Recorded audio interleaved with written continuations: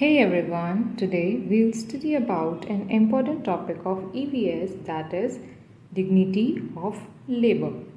Okay, so let's learn about this chapter. What is labor and who are labor? Labor क्या होता है? Let's learn about this first. Who are labor? The helpers who work for us to make our life easy and comfortable. Labours होते हैं जो helper work करते हैं हमारी life को इजी एंड कंफर्टेबल बनाने के लिए, जो हेल्प करते हैं हमको जिससे कि हमारी लाइफ इजी बन जाए, आसान बन जाए। क्योंकि एज वी ऑल नो सारा काम हम खुद से अपना नहीं कर सकते हैं। हम अपनी कार भी ठीक कर लें, अपने घर का भी काम कर लें, अपनी रोड्स भी क्लीन कर लें, ये सब हम एक साथ नहीं कर सकते हैं। इसलिए हमको कोई ना कोई मैन पावर चाहिए अपनी हेल्प के लिए। That's why we need labour. For example we can see here a sweeper who cleans the road, washerman who washes the clothes, and a mechanic. Okay, types of job, another topic. Types of job. What are the jobs? Jobs क्या होती हैं और उनके types क्या होते हैं? Some work in our home while others have their own workplace. कुछ ऐसे काम होते हैं जो हमारे घर में आके हेल्पर्स करते हैं और कुछ ऐसे वर्क होते हैं जो हम उनके पास जाते हैं अपना वर्क करवाने. All human beings do some work to earn their livelihood. It is known as their occupation. हर इंसान कुछ ना कुछ वर्क करता है जिससे उसको मनी अर्न हो और वो अपनी लाइफ को अच्छे से जी पाए. तो all human being do some work, कुछ ना कुछ काम हर इंसान करता है, तो वो उस काम को हम बोलते हैं उसकी occupation. Job is of two. So let's see what are the types of job. Job is of two type. First is mental work, need good education. Mental work is a job जिसमें हमको दिमाग की ज़रूरत होती है. हम दिमाग का ज़्यादा यूज़ करते हैं और अब हमें दिमाग का यूज़ करना है तो इसके लिए हमको एक अच्छी एजुकेशन की ज़रूरत होती है. For example you can C a doctor है.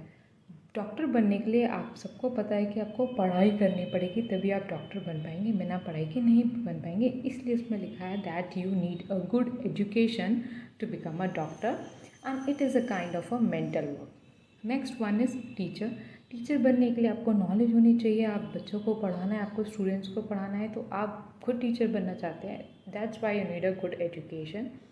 लॉयर बनने के लिए भी आपको एजुकेशन की ज़रूरत है, एंड साइंटिस्ट बनने के लिए भी. तो these are the types, some types of job which needs good education.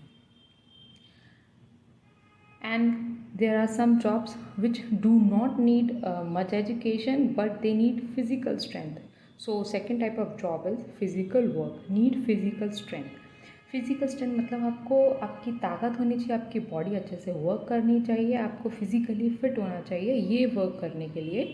तो इसमें आता है आपका मैसन. देख रहे हैं आप जैसे कि वो ब्रिक रख के घर बना रहा है. And another one is sweeper. Next one is maid, another one is cobbler. Okay, so now learn the differentiate between blue collar versus white collar. अब आप सबको नहीं पता होगा कि ये ब्लू कलर और वाइट कॉलर क्या होता है. So let's learn about it. इन दोनों में क्या डिफरेंस होता है और what does this collar mean here. Knowledgepedia, it's a knowledgepedia. White collar workers and blue collar worker. There are two types of worker. One is white collar worker and blue collar worker.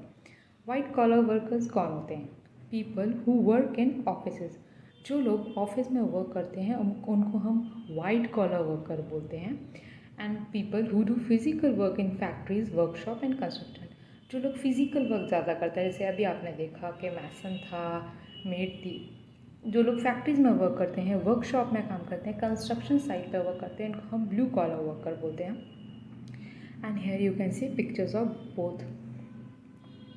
Another thing, in our country we label certain jobs as dirty and menial and look down upon them. Dignity of labour. Labour की dignity होती है. Dignity मतलब हम उनकी respect करें. हमारी country में क्या होता है, हम कुछ जॉब्स को ऐसे देखते हैं कि ये जॉब गंदी है, ये गंदा वर्क करता है, तो हम उनको उस नज़र से देखते हैं. Look job as dirty and menial. Menial मतलब छोटी नज़र से देखेंगे कि ये. अब आप यहाँ पे जैसे for example you can see one person is cleaning gutter here. Their work may be involve working with dirty and anything, but it does not make them dirty. Dignity में आप ये समझते हैं कि उनका काम भले ही है कि वो गंदा वाला काम है, लाइक क्लीनिंग का है, डर्टी वर्क है, पर इसका मतलब ये नहीं है कि वो इंसान ही डर्टी है। आप उसको उस नज़र से देखें, आप उसको ऐसे ट्रीट करें। Example you can see their work is as important as others. उनका काम भी उतना ही इम्पॉर्टेंट है जितना आपका इम्पॉर्टेंट है, राइट। एग्जाम्पल में आप देख सकते हैं ये एक पर्सन है जो कि गटर क्लीन कर रहा है। एज वी ऑल नो कि गटर क्लीन करना है एक ऐसा वर्क जो हर कोई नहीं कर सकता और ये इम्पॉर्टेंट भी है करना। अगर आप ये गटर क्लीन नहीं करेंगे तो क्या होगा, आपका गटर ओवरफ्लो होने लगेगा, गंदगी होने लगी, स्मेल होने लगी। तो ये वर्क भी इम्पॉर्टेंट वर्क है और जो पर्सन ये वर्क करता है हमें उसको भी उतनी ही इम्पोर्टेंस देनी चाहिए। Okay now let's learn division of labour. Labour अलग अलग तरीके की होती हैं। क्या होती हैं? Disrespect, ill treatment to any job leads to social injustice and humanity to mankind. हमने लेबर को अलग अलग कैटेगरीज में डिवाइड कर दिया है, बट इसका मतलब ये नहीं है कि हम उनकी डिसरिस्पेक्ट करें, उनको इल ट्रीट करें। इसका मतलब हम सोसाइटी में इनजस्टिस कर रहे हैं, हम उनके साथ भेदभाव कर रहे हैं। एंड ये मैनकाइंड के लिए भी एक इनह्यूमैनिटी टाइप बिहेवियर है। Different people do different work in society, as we all know that there are types of workers in society. सारे लोग एक ही काम तो नहीं कर सकते। अगर सब पर्सन एक वर्क करेंगे तो बाकी के काम कौन करेगा फिर, इसलिए अलग अलग लोग अलग अलग काम करते हैं।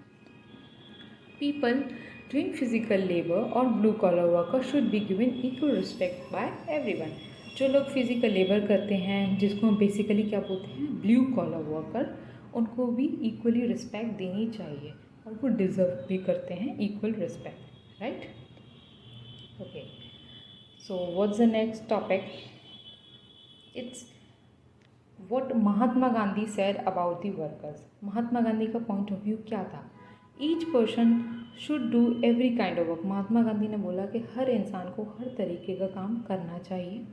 ही believed in non violence, dignity of labour and respect for all human being. जो महात्मा गांधी मानते थे कि first of all non violence होना चाहिए, लड़ाई झगड़ा नहीं होना चाहिए, लेबर की रिस्पेक्ट करनी चाहिए। He called work of sweeper an essential work. Mahatma Gandhi ने बोला कि जो वर्क स्वीपर करते हैं, सफाई का, वो एक बहुत ही इम्पॉर्टेंट वर्क है। And really it is very important work. अगर सफाई नहीं होगी तो हमको ही गंदे में रहना पड़ेगा। In Sabarmati Ashram all have to clean toilets. Mahatma Gandhi जहाँ रहते थे उस जगह को हम साबरमती आश्रम बोलते हैं। वहाँ पे एक रूल था कि सबको टॉयलेट्स क्लीन करनी थी। अब इसका मतलब क्या है? इसका मतलब ये है कि सब लोग उस क्लीनिंग की इम्पोर्टेंस समझें और उस क्लीनिंग को भी सीखें, अपनी लाइफ में इन्वॉल्व करें कि हाँ ये भी हमारी लाइफ का एक इम्पॉर्टेंट पार्ट है। Emphasise on the importance of roles played by the people who were called untouchables. Mahatma Gandhi ने बहुत सारे ऐसे काम किए जिनसे हम कुछ अनटचेबल्स लोगों की इम्पोर्टेंस समझ पाएँ। हम अब आपने यहाँ पे नया वर्ड देखा, अनटचेबल्स। अनटचेबल मतलब जिनको हम टच नहीं कर सकते। लोगों ने पहले ऐसा एक माइंडसेट बना लिया था कि जो लोग क्लीनिंग डर्टिंग वाले जो छोटे वर्क करते हैं, जिनको छोटा बोलते थे, वो अनटचेबल, मतलब उनको छुओ मत, आप गंदे हो जाओगे। बट ऐसा कुछ नहीं है, अनटचेबल जैसी कोई चीज़ नहीं होती। महात्मा गांधी ने इसको हटाने के लिए भी बहुत वर्क किया था। अनटचेबल वाली मेंटालिटी को हटाओ लोगों के दिमाग से। Okay, who are these three persons and what they said about the dignity of labor?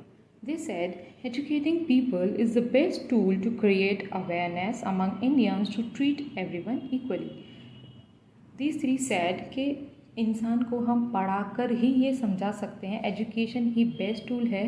उनके अंदर एक अवेयरनेस क्रिएट कर सकते हैं कि हम लोगों को सबको इक्वली ट्रीटमेंट दें। ये काम हम लोगों के दिमाग में कैसे डाल सकते हैं?